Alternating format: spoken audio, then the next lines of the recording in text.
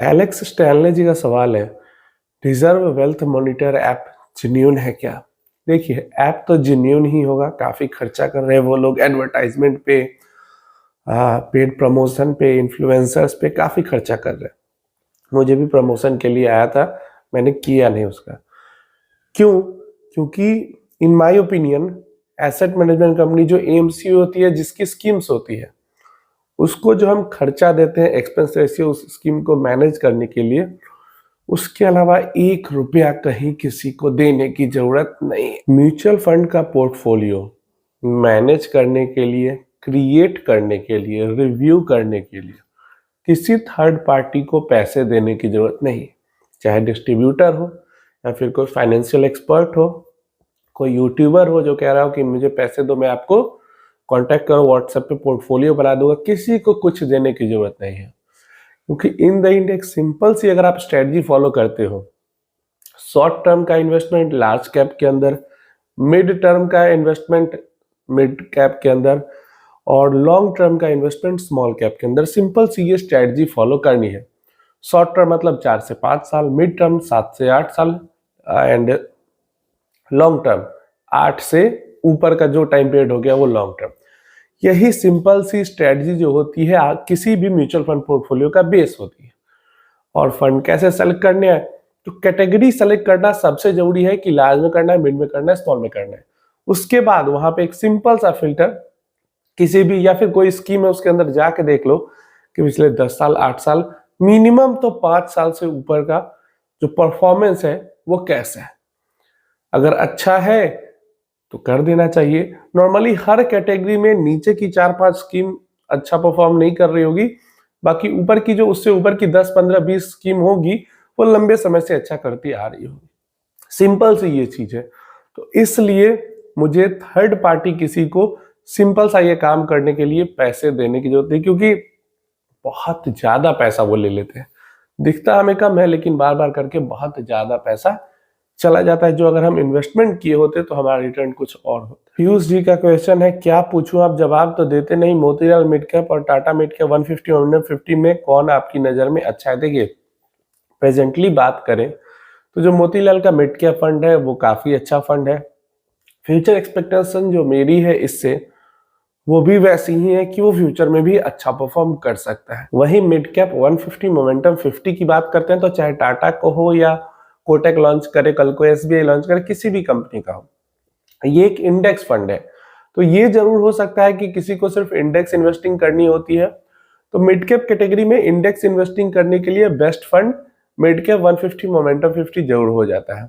और कुछ लोगों को एक्टिव इन्वेस्टिंग करनी होती है तो उसके लिए मोतीलाल का fund one of the best, एकदम बेस्ट नहीं लेकिन वन ऑफ द बेस्ट जरूर हो जाता है। तो ऐसे में दोनों अलग अलग कैटेगरी को कैटर करता है, तो दोनों जिसकी जो पसंद है वो इन्वेस्टमेंट कर सकता है।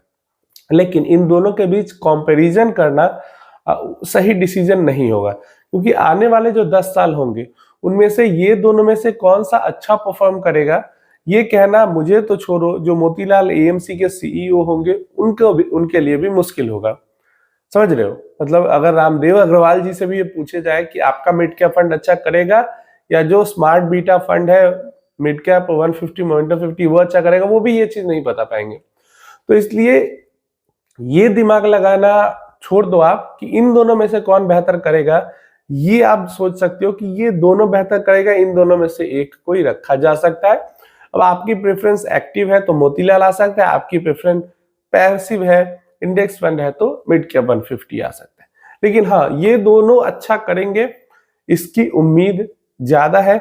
प्लस मिड कैप 150 और मोमेंटम 50 ये एक इंडेक्स फंड है और इसका पिछले 20 सालों का जो रिटर्न है, ट्रैक रिकॉर्ड है, वो काफी तगड़ा रहा है।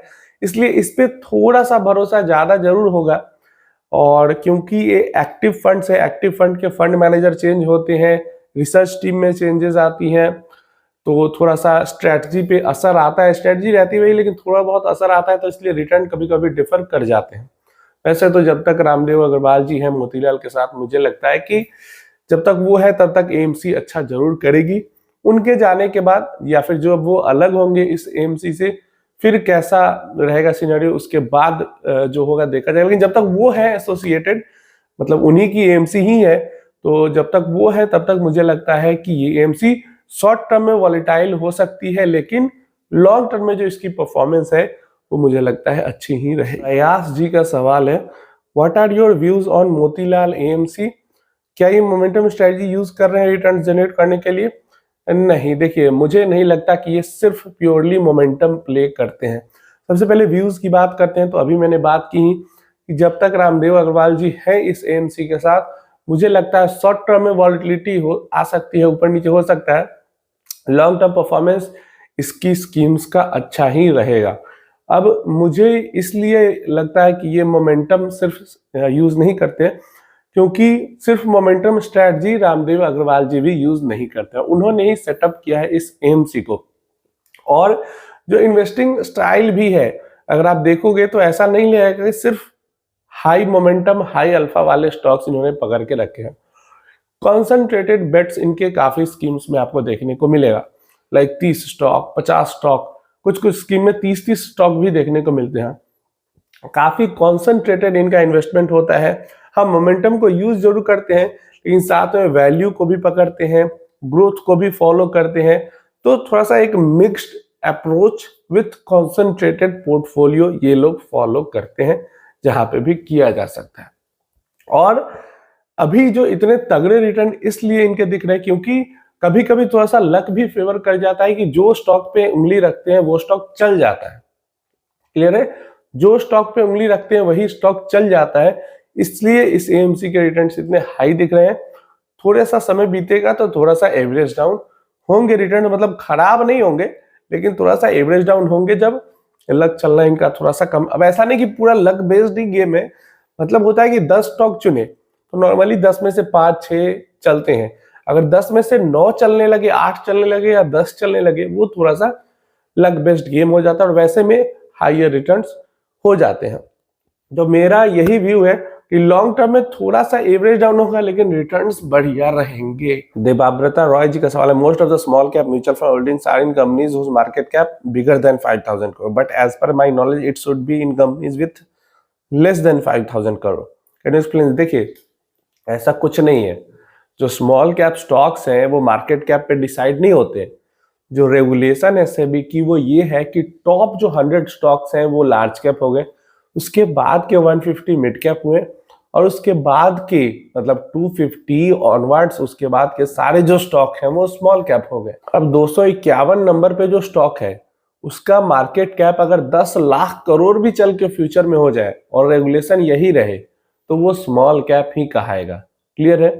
तो ऐसे में जब मार्केट का साइज बढ़ रहा है, मार्केट ऊपर की तरफ बढ़ रही है, तो कंपनीज भी ऊपर की तरफ बढ़ रही है, तो एवरेज वैल्यू, एवरेज जो मार्केट कैप है स्मॉल कैप का, वो भी ऊपर की तरफ खिसक रहा है। तो आजकल 25-50 हजार करोड़ की कंपनीज भी ये म्यूचुअल फंड की rule wise small cap companies कही जाती है, और क्योंकि ये रूल में फिट बैठता है तो इन कंपनीज के अंदर भी जो म्यूचुअल फंड्स है वो इन्वेस्टमेंट कर सकते हैं। जो रेगुलेशन म्यूचुअल फंड के अकॉर्डिंग है उसको मार्केट कैप से कुछ लेना देना नहीं है, नंबरिंग वाइज स्टॉक से लेना देना है। टॉप 100 लार्ज कैप, उसके बाद 150 मिड कैप, उसके बाद 250 स्मॉल कैप, और उसके बाद के 250 माइक्रो कैप कही जाती है। लेकिन 250 की बाद की म्यूचुअल फंड रूल्स में सारी स्मॉल कैप म्यूचुअल फंड्स के अंदर आ जाती है, और यही रीजन है micro cap, active micro cap fund अलग से लॉन्च नहीं होता, क्योंकि 250 के बाद सारी स्मॉल कैप के अंदर में ही आ जाती है। तो इसलिए जो स्मॉल कैप फंड्स हैं वो बड़े मार्केट कैप वाले कंपनीज के अंदर भी इन्वेस्टमेंट कर सकते हैं रूल्स रेगुलेशन वाइज। आप हम कहने के लिए बात कर लेते हैं कि स्मॉल कैप कंपनीज 2000, 3000, 5000 करोड़ की होती है, लेकिन जो रूल रेगुलेशन है उसके अकॉर्डिंग 15, 20, 25 हजार करोड़ की कंपनी भी स्मॉल कैप हो जाती है। और इन फ्यूचर धीरे धीरे करके यही रूल रेगुलेशन रहेगा, तो एवरेज मार्केट कैप जो स्मॉल कैप स्टॉक्स का है वो धीरे धीरे करके और ऊपर ही बढ़ेगा। तो ये सारे क्वेश्चंस थे आज के। आप अपनी राय बता सकते हो, आपके क्वेश्चंस है तो वो पूछ सकते हो, और आपका कोई टॉपिक पे आपको जानकारी चाहिए तो वो भी पूछ सकते हो।